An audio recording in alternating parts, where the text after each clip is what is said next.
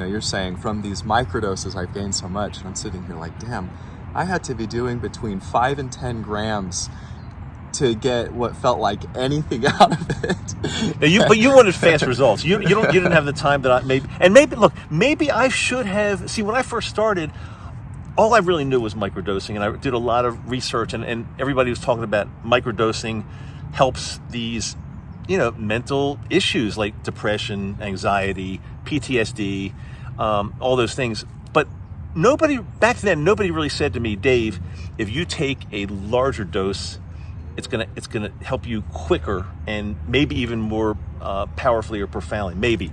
So I didn't know about that, so I went with the microdosing route. I would have no problem these days going with the larger. But okay, I got to ask you, I don't know if we talked about this last time. And by the way, Tennyson, thanks so much for coming back. I really appreciate you being here.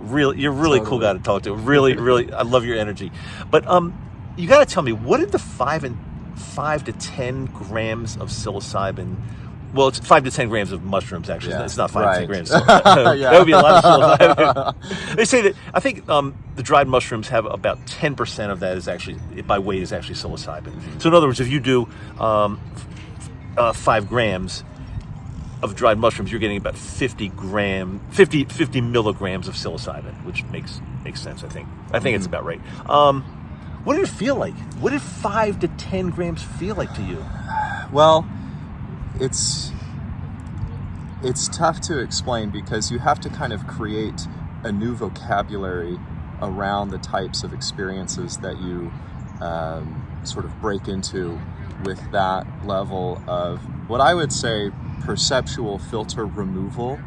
The psilocin kind of effect on the brain is that it downregulates activity in your prefrontal cortex, which is what generates your personality and all of your egoic kind of conditioning that causes you to snapshot reality and interpret it unconsciously. And so when that's not really happening, and it seems to not happen to greater and greater extents the larger dose you take, or depending on the individual, you could do it with 1 gram. But so all that being said, and there's a huge variety of experiences, I think what I notice is that whatever is kind of most important to me in life, conceptually, will, on a mental level, and I'm really not like a lot of people in how I experience mushrooms. It's all very body sensations and conceptual insight, and I don't really get a lot of hallucinations. Even on 10 grams, you're saying? Yeah, like even on 10. Yeah, on 10 grams, I will see everything with a level of vividness and spatial. It's almost as if prior to that experience, I had never actually seen life in anything but 2D with the saturation turned down. And then as your filters turn off, because your brain doesn't necessarily update what you're seeing every moment. It takes a snapshot, and then it feeds you that snapshot until you focus on something, and then that signals to your brain that it's relevant enough to update the image. And so a lot of what we experience, it could be from 10 seconds, 2 minutes ago, and we just don't realize it because we're not focused on it. And so my assumption here is that with the higher doses of mushrooms, you're getting everything fed to you in real time, updating vividness without any perceptual filters on it. And so there are experiences that people often, I think everybody says this, it feels realer than real. And it looks realer than real. Right. And But on 10 grams, could you function in everyday life, or are you pretty much laying down with like an eye mask on or something? It depends. I mean, I did it the 2 times I've done it that high of a dose.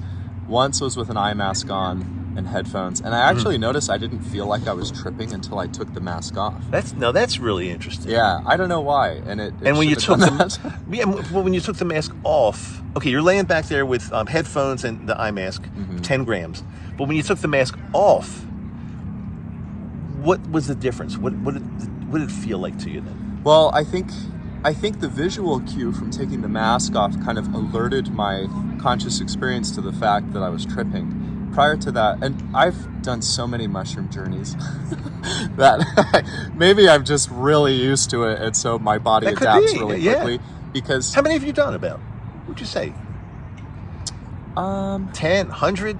Probably around 100. Oh, okay. Yeah. How often, by the way, do you journey? Roughly? I would say at least, well, on average over the last year, it's probably been at least once a month. But I've gone 6 months without.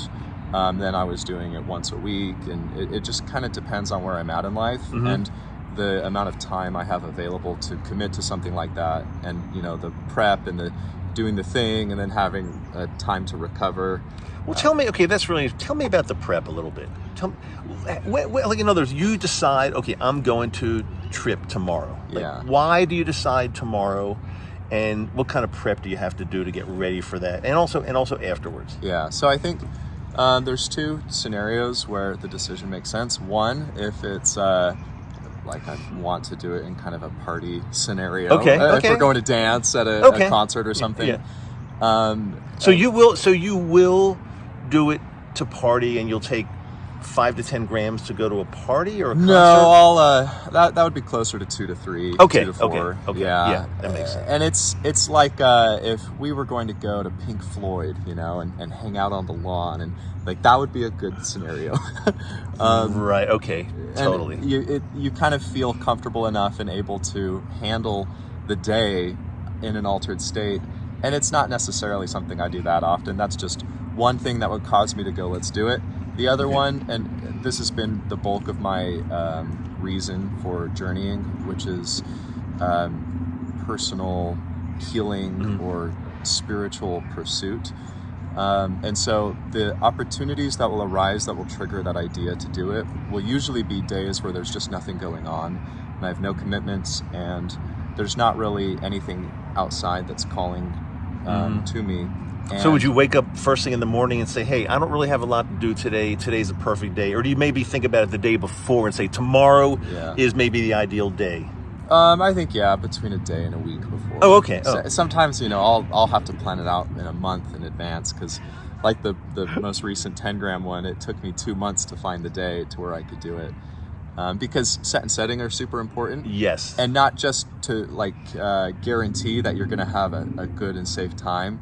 I think there's subtler levels to that where you can really influence how deep you'll go into the experience and how focused you'll be able to stay on it if you've prepared things in a way to where your environment is safe and secure and comfortable, and then beyond that, aesthetically beautiful and set up so that anything that you may need to do, like use the restroom or eat or drink or get music or write something down, it's all available to you in a way that you don't have to use critical thinking to make it happen, because that's so left brain, and mushrooms pull you so into right brain. And if you're able to really focus on the kind of the newness of that type of experience through the whole trip, then you can continue to go deeper into where it takes you, which I realize I haven't really described much beyond the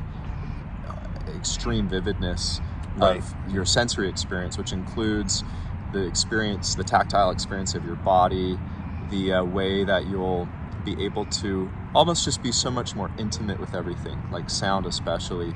You can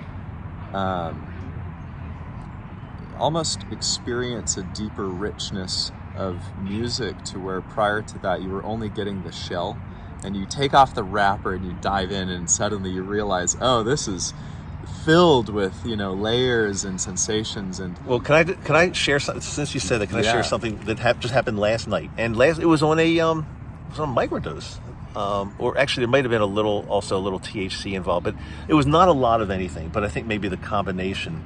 But you might be too young for this, but I don't know. Do you remember that there's an old album called Tommy by The Who? It's a rock opera. It was like one of the first rock operas. It was from the I think early 70s, maybe late 60s, around there. It was a long time ago. think I've listened to that album, but I don't remember what it sounds like. First of all, you should. You definitely should. Yeah. But I still have the vinyl, and so I put this on my turntable last night. Tommy by the Who, and first of all, thinking, okay, the music started, and I had these thoughts and visions that it's hard for me to explain, but let me try. I think you're gonna totally understand what I'm saying. Totally. This vinyl, this physical vinyl that's on the turntable, has been with me for many, many, many decades, and that vinyl has been with me to college, to summer camp when I was a counselor, to my old house, and here I am playing this now, and I had these, not even visions, but deep inner feelings of there's something sacred about this actual vinyl. And like the music was flowing out of the vinyl. I mean, I could have streamed it. I could have streamed it from Spotify, but I chose to put it on vinyl only because like I felt this unbelievable connection to this vinyl that was playing the Who, Tommy the Who. Now, when the music came on and I was listening to certain songs I heard things that I've never heard before. Like like this deepness and even some vocal things that and instrumentation I've just never noticed before. Never. And I absolutely attribute it to mushrooms. Totally. No question about it. And I started thinking to myself, these guys, the Who, absolutely recorded this for the purpose of people hearing these deep things if they're tripping or something. Oh yeah. There's no question. Yeah. No question at all. Yep. Yeah. Pink Floyd has been. Pink Floyd all. Oh, yeah. When I put on, and again, this is with maybe just a microdose or a little bit of a larger dose. But when I put on Pink Floyd, Dark Side of the Moon, and I probably put it on vinyl also, like a few months ago, I literally said to myself, "This is unbelievable." And again, I've been listening to that album for decades, many more decades than you can imagine. but I heard things and I figured out things that I've never noticed before. It was just absolutely unbelievable. And I think I even sent an email to my brother. I said something. I just heard Dark Side of the Moon on a level that I've never heard it before. And I don't think he could understand because he doesn't do this. So I don't even know. He might be able to understand on some level, but not fully. Yeah. I think I would guess that it has something to do with the openness mechanically that one experiences when they've got a psilocybin, more or less putting your brain back into a state of plasticity and from spotlight to lantern awareness, like a little kid is. And so you're able to absorb and perceive things with such fresh eyes and ears. But then at the same time, you've got this mind you've developed over the years that can really understand and integrate and cognize things. And you've got all of this experience to use to appreciate that stuff, but then in the state of openness. And man, there's just nothing like it. Well, this vinyl last night, when I was listening to it took me back to, this is really weird, but I was sitting on my sofa just listening to this vinyl, and it took me back to college. Like, I'm in bed with this girl, Kim Chucker, and we're listening to Tommy the Who, and I don't even want to tell you, I'm not even going to go into detail, but it really felt like I was in these places in the past. If that makes, I know that makes sense to you. I know that but it was like an unbelievable experience. And this was on, but again, it was on very little. It wasn't on 4 grams. It wasn't on 8 grams, 10 grams. It was on very little. But I think also that I said before in some of my videos that I found, I don't know if we've talked about this before, but I found when I combine a little bit of psilocybin with a little bit of THC, it just like it's like a trip. It's like an actual trip. Yeah, I think the most powerful experience I've ever had on mushrooms was on 1 gram, and that's interesting. It was kind of the same thing where I got taken back into my memories, and I think I had taken something else with it, maybe a little THC, and it was such a beautiful thing where at first I was experiencing all these memories so vividly that I had never thought back to before, and I remember asking the experience to take me deeper and deeper. And Yes, deeper. yes, I totally get that. Yes. and it did, and I went all the way back to when I was maybe 7 or 8 years old, and I it was this moment of memory with my entire family. We were all hanging out. It was just before bed, and everybody was just kind of hanging out together. And I think I was playing the Game Boy or something, and it was so peaceful and perfect and everything that one could want. And that was what struck me, was that may have been a core memory of happiness. And then the second I had that realization, it shattered into a million pieces in the distance of time between then and now.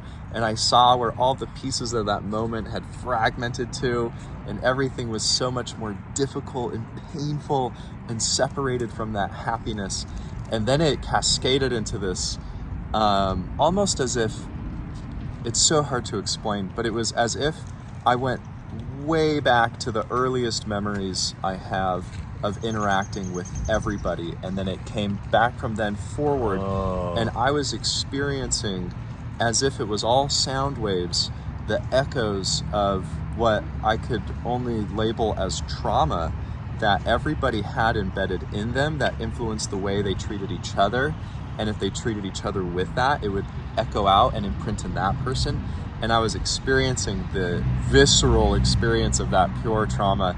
And it was as if every interaction I had ever had all the way through my life of this echoing pain.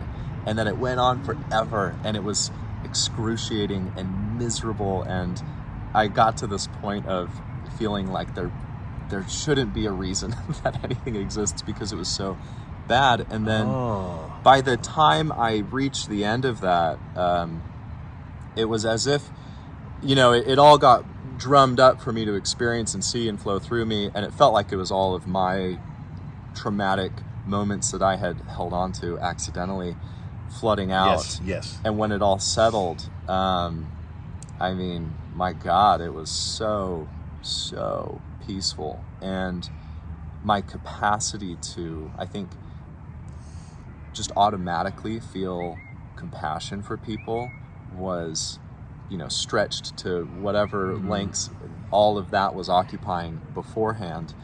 And so it was such a crazy thing, because it was such a tiny amount of mushrooms.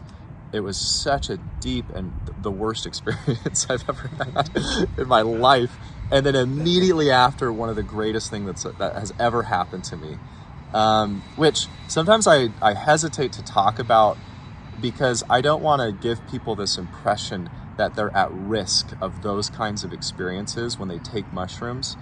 Not that, you can necessarily plan for it to not happen or to happen. Right. But I think that there's a real and stable level of negotiation that can go on between the individual and the medicine they're taking when it's a psychedelic.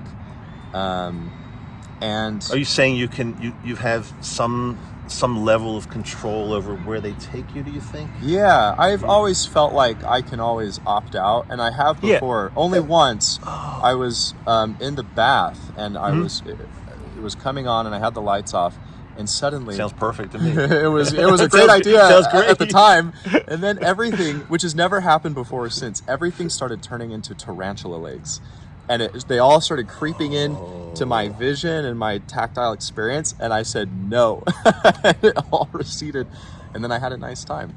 And it wasn't like a no of like please no and trying to avoid it. It was just it's hard to explain, but it was as if I kind of embodied the one who knows that they are the authority of their experience, and I just kind of told it like, we're not going to do this. I'm not here for this kind of thing. And it's not that I'm afraid of it, right, but this is so far away from my preference of how to experience whatever's going on. And so it's I feel like it's kind of a tricky thing where you have to really like stare at the thing you're afraid of and let it know, instead of try to push it away, that it's passing a boundary, and you want that boundary to be respected.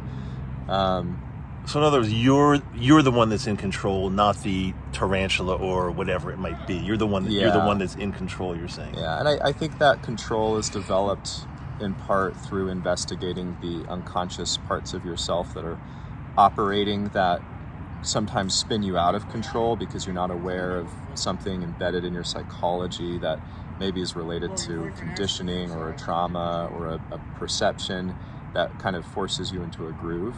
And so you gain a lot of flexibility as you go and courageously investigate why you think the way you think and what assumptions shape your worldview and why you react to things. And that is, I think, the biggest benefit of the difficult trips, is that what they're really showing you, in my opinion, are the, I would say, unskillful perceptions and habits you've created, and only unskillful, now. In the moment of making it, it was the best you could do, and then that changes. So suppose you're on one of your heavy duty journals, 5 grams or plus, 5 grams plus, or even the 1 gram that you said was maybe the most intense one you ever had. So let's just paint the scenario. You're home. You might have the eye shades on. You might not. You might have. But then the doorbell rings and it's like a UPS delivery or Amazon's at your door. Yeah. Can you selectively come out of your trip to deal with something like that and then go back into it? Yeah, I think so. I think the biggest challenge is that I don't know how weird I am to the other person. Right. And so there's chances are not weird. Yeah. Chances are not weird at all. It turns out we're all pretty weird. And people just kind of roll with it. Whatever they see you as, they're going to, unless they've got a preconceived idea of what's right for you, they'll just say this is them. Exactly. That's great. They're not thinking. That's right. They're not thinking anything else. That's exactly right. Yeah. So I'll put glasses on in case my pupils are dilated, so I don't freak them out. But sometimes, and again, some of this might involve some THC as well. But I will get into a conversation with somebody, and I swear, I later I think they probably thought I am some kind of total imbecile, and like, was I even making sense? But I think I probably was, but I don't think I was. Yeah. It's unbelievable. I almost don't smoke or consume THC at all anymore around other people because it's almost as if I kind of have a theory that THC can give you such a powerful mirror of introspection that you're only able to compare yourself to yourself.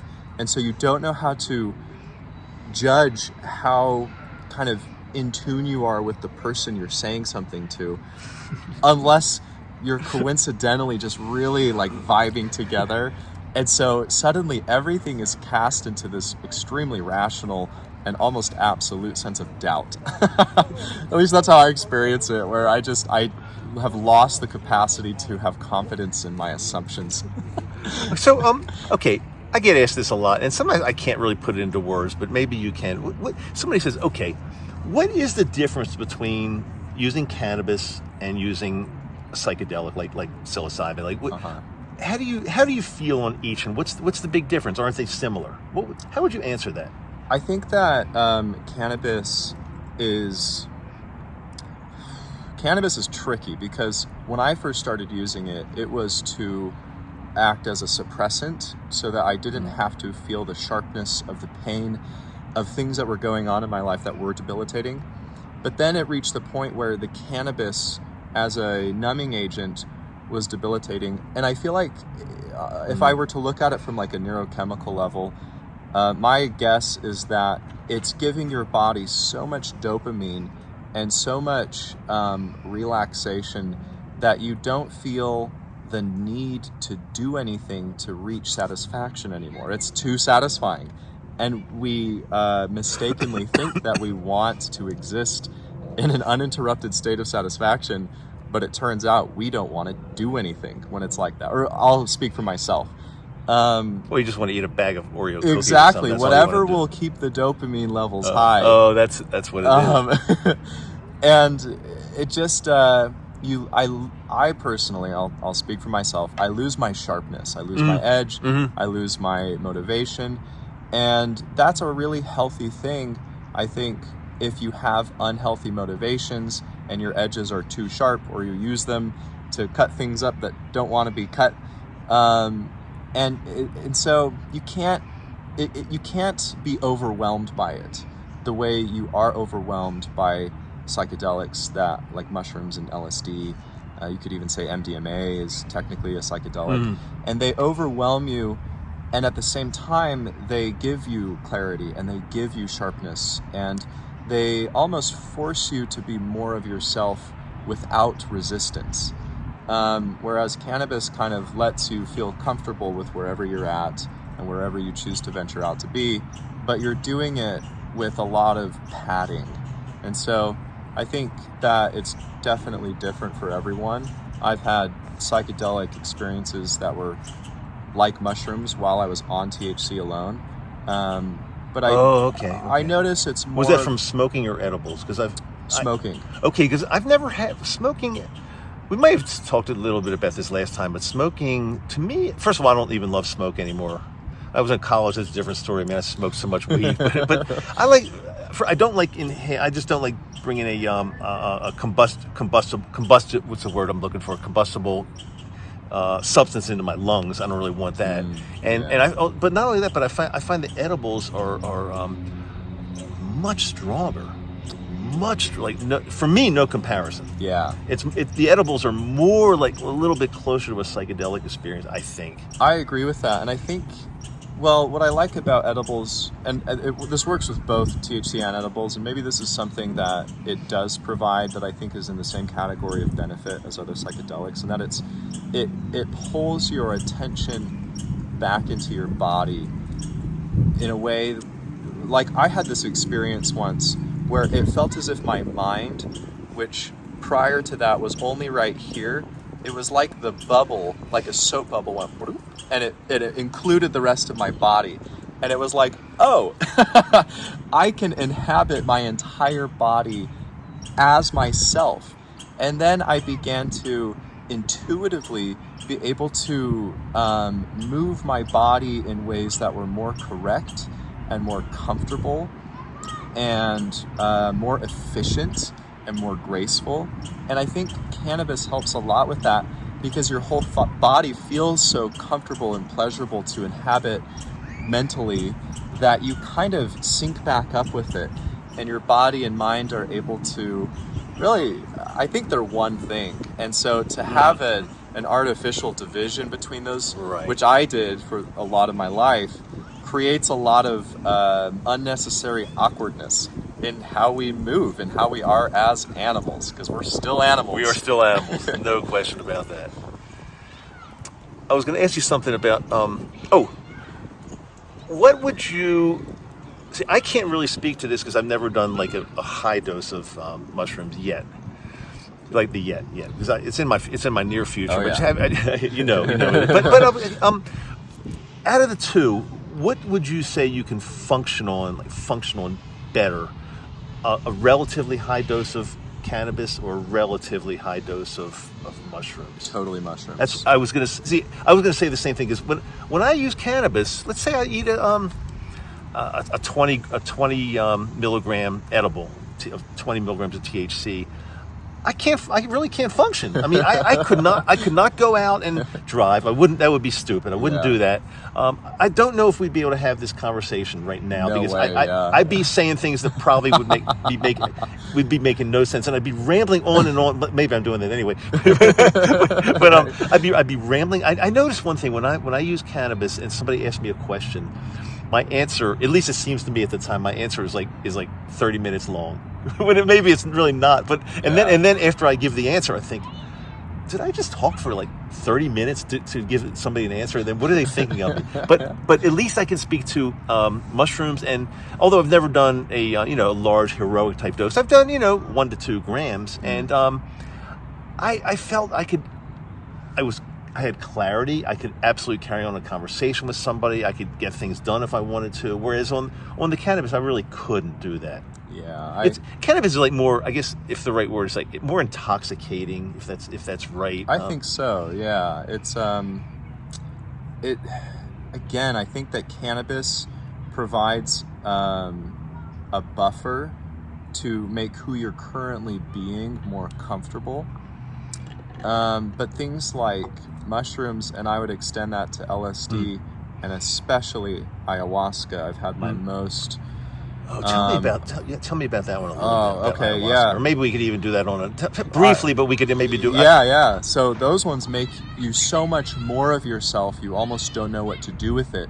But the thing that's special to me about ayahuasca, and it was what originally drew me to it, because I had an awareness of it's an all-night ordeal, right? And you'll feel sick and you'll throw up. And did you do any? Oh, did you do all that sick throw up? Did you do? So I've done it a number of times, okay. And it quickly got to the point where I wasn't throwing up. Oh, okay. In fact, I had one really cool experience where I felt the nausea.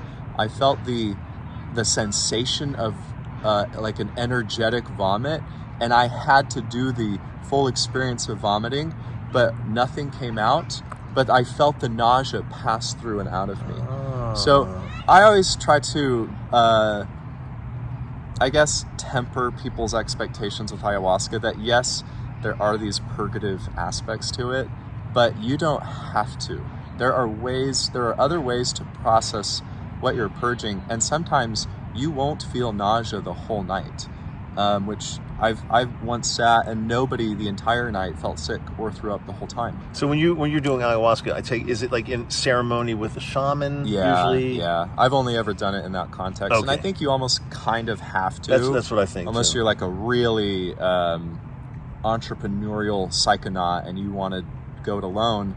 There are people I know who do that and gain a lot from it. But is it like super, super intense, like much more intense than a mushroom? It can be. So it's so interesting because I've had experiences where I did not feel anything the entire night, except for one half a second where I spontaneously, I don't even know what, bloomed into some incredible ecstatic experience and then just as quickly came out. And that was all I felt the whole night. Or I've had other nights where I was just...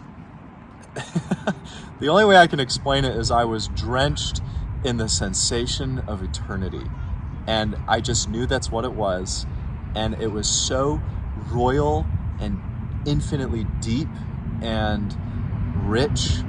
It was as if I didn't understand what anything meant, and even with all my prior experience with psychedelics until that moment, because I was able to somehow connect to it from this context of the infinite, and I knew what that meant in that moment, and that was the first time I ever took it, and it was the most unbelievably life-changing in a, I think, kind of grounded way, in that I didn't come out of it with any grand concept of, wow, mushrooms, you guys gotta, the hallucinations, the this or that. It's hard to explain, but it felt sacred, and I came out of that experience with more of a desire to keep it sacred instead of excitedly tell everyone about it or try to do anything with it.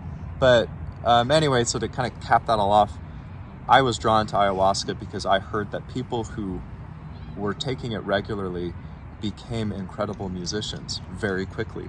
One of my favorite bands, it turns out, Glass Animals, they are big into ayahuasca, and they have some of the best music I have ever heard, and it's super unique, and it just feels great. And so I went to open up my creative capacity to some further extent, and it totally worked.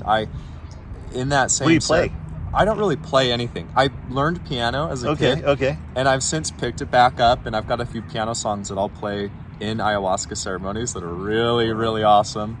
I've started playing guitar, the flute, the jaw harp. No, exactly. Sure. The hand pan. The thing that really opened up for me was poetry. I have written hundreds of poems since last year when I started doing that.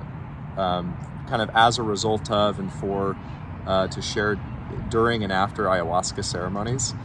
When's your next one? You have anything coming up? Not really. Yeah. We were.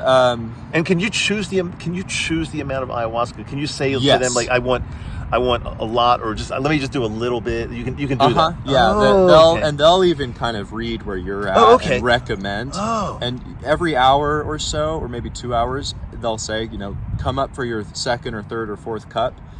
Oh, I didn't know that's how it works. You can keep like kind of taking more. Oh, okay. And it depends on the person facilitating it too, I suppose. But and so it's there's some studies I've recently found about DMT that show that shortly or during and shortly after ingestion of DMT, which is the active substance in ayahuasca, your neuroplasticity and neurogenesis, to some very significant extent, are turned back on. And so I think that's what's happening in part with this ability to become more creative more easily, is that, and I think this is kind of what all of these different psychedelics do, is they pull you back into that, pre-7-year-old state of mind where your body and mind are able to absorb and assimilate information in ways that are far more coherent than once you've got really fixed mental structures of how you are and how life is. And it's cool because I think it just kind of breaks down the old paradigm that we can't change, that we're old dogs that can't learn new tricks. And it turns out we are never, I think, excluded from those childlike capacities to live with wonder and to learn and grow into new talents, and to change who we are for the better. Maybe this is finally my chance to. You met my wife at Brighton. She's Japanese, and I've dabbled in Japanese since I've known her for close to 20 years, but I cannot speak Japanese fluently. But maybe this is my chance now to expand my mind and to like immerse myself in Japanese and really learn it. I'm being serious. I totally believe that. Yeah. If your ability to just intuitively and in huge blocks of information connect dots and just grok it or just get it, especially with complex systems like language, I think it is the perfect way to learn. I'm in. I actually, it's funny. I've had I mean, this is just dreams, right? But I've had dreams where one dream in particular where I was in Japan, I was speaking Japanese, they were speaking Japanese to me. One part of me knew I don't know Japanese. The other part of me knew this is Japanese and we are speaking it. And it reminds me of people that have woken up from comas, spontaneously knowing a completely different language they've never heard before. I have heard like waking up from being able to just sit down at a piano and play a piano and they've never played before or something like that. Yeah, and I think there's something to these mind-expanding experiences, whether it's a coma or a dream or a psychedelic, that hooks us back into these fields of information. I don't know, but I believe that with languages. I learned Spanish in my early 20s, and I started learning French, and my ability to comprehend what it means to speak another language as your own was so wonderfully expanded by those types of experiences. And they talk about how you don't really know your own language until you learn another, and I think that applies really well to psychedelics, where you don't really understand yourself until you're able to sort of unbecome yourself for a moment and be this altered state of perspective and witness yourself. And then it just kind of opens up your conscious awareness to what's going on and why. You just reminded me of one thing. Let's talk about one more thing and then we'll end it for today. But I definitely want to continue the conversation because I got some ideas. I've already come up with some ideas I want to talk to you about Cool. next time. Yeah. If that's all right. We can meet like right back here. Well, we could do a weekly episode. I'm in. We really, this. So I wanted to ask you, and I probably should ask you this a little bit earlier. So if this needs to go, continue on the next episode, that's fine. Tell me about ego death. Have you experienced it? What does it feel like? How do you know you're experiencing ego death? Oh man, I don't know if I'm the right person to answer that question because I am sure I've experienced it. I've had. Well, I would think at 10 grams you've experienced it. I would think, or even the 1 gram trip in the bathtub. I would think that you probably experienced it. Yeah, I feel like maybe there's 2 ways that I would describe ego death, and so, because it's funny, I guess this is a good thing. I don't really have the classic or traditional definition on hand to draw from. So my version of ego death would be seeing. So I guess there's one side of it where I'll see a bunch of things about myself where it's like, damn, I kind of really sucked in these areas of life, and I just have to own up to that. And all of those areas are things that I have been in conscious or unconscious denial about. And so I see all these hidden parts of myself, and so then they get included into my whole self. And then there's, as long as I can maintain kind of a benign acceptance of that's just how it is and that's okay. I like this idea of like the whole is greater than all the parts when the parts are able to be together in harmony, where it's like I'm made of all these cells, right, and organs, and these systems come together, and that creates the thing that can happen that I call Tennyson, and I'm able to do these things that are so much more than all the collective functions of my body. And so there's like this transcendent kind of clicking up and out that makes it undeniable that there is something more that I am an intimate part of that goes beyond my body and my mind and my understanding of the world. And then there's the other side of it where I think you get so overwhelmed by information and by direct perceptual seeing of what everything is and how completely connected it is, that your body kind of loses the ability to convince itself that the ego is the only thing that you are fundamentally, and so it kind of just lets it turn off for a little while, right? Which to that process of mind feels like death, or maybe like an orgasmic, transcendent something, and again you click out. And so I don't know really how to give it a well-defined label. Yeah, well, that's okay. And maybe you don't need to really give it a label. I think it's better not to. Yeah, because once your ego knows what ego death is, it will take ownership of any experience, and then it will kind of grab it before it can happen. See, I would say this was actually ego death that I experienced, but a couple of months ago, we went to a sound bath. Have you been to a sound bath? Yes. I don't know. Yeah, they're awesome. Unbelievable. Yeah. But so before the sound bath, I used a little bit of cannabis and probably a microdose, maybe even a little bit of a large microdose. So nothing large, but I'm laying there in the sound bath, and I had this experience, and it wasn't unpleasant at all. It just wasn't anything. I didn't really know if I was living or not. I was just laying there listening to the music, but I didn't really know anything past that, and I couldn't tell you if I was alive. Yeah, but it sounds like it was not scary. To me. But I always thought of ego deaths taking place on like these heroic dose, like very large doses. But this was not a large dose, but it was a combination dose, which I still maintain can be very strong if you're using both together. And so. Yeah, and it happened to me twice. It happened to me once, maybe a few weeks before that. I remember I was listening to music on my sofa at home, and I got to the point where I didn't really know if I was living. But it was, again, it wasn't scary at all. Yeah. It was really, and then it happened to me again at the sound bath. Yeah. I haven't been able to really repeat that, nor did I really try to necessarily repeat it, but it was very interesting experience. That's cool. I think I would totally call that an ego death. And I think so. I feel like if you're in a state of non-resistance, it can't be scary. It's the resistance that creates the difficulty. Very true. And I guess now that I think about it, I would say an ego death could be categorized as simply when you are not you, as you have known yourself to be. In a moment where you just don't know, for example. I think that's it. And that's what I was too. That's I love it. Let's. I think we need to stop it now because we can keep going for hours and hours and hours. But it gives us good reason to say let's meet here again next week and do it again because this is great. And I think there's just a lot of good information that comes out of just an informal conversation. Like nothing scripted.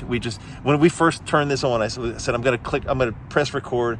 We didn't even know what we were going to talk about. Yeah. But look what came out of this. I think it's not only interesting to us, but probably helpful to a lot of people out there. I hope so. I think yeah, so. It's been fun. I'm going to put all your information in the description of the show here. So whether you're listening to the audio or watching us on video, you got to watch us on video. You got to see what Tennyson looks like, of course. You know what I look like. See what Tennyson looks like.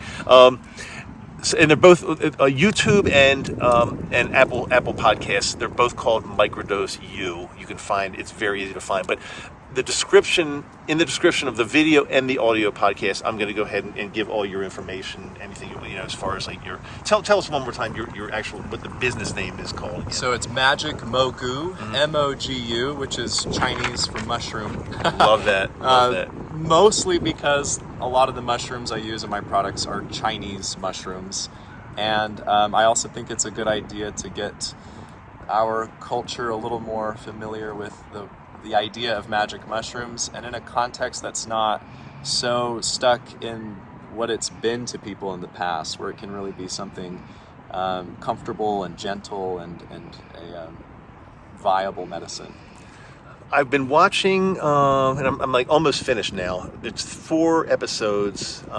Michael Pollan's thing on Netflix about How to Change Your Mind. I don't know if you read the book or seen the Netflix. I read the book and I just started the show. Oh, okay. Yeah. So I think the first episode is LSD, second is psilocybin, third MDMA. I've seen all those, and I still need to watch the 4th, which is on mescaline. Oh. So Cool. so that should so. I was the next time we come back, I'd love to know more about. Do you have experience with MDMA? Yes. Okay, I'd love to know more about that. It seems really, really interesting. Oh yeah. And I'd like to actually know a little bit more about LSD, and maybe we can even get to mescaline, which I know very little about, but it sounds like that's something that could be promising as well. And I have a feeling you're a wealth of knowledge with. Why do I think you're a wealth of knowledge with?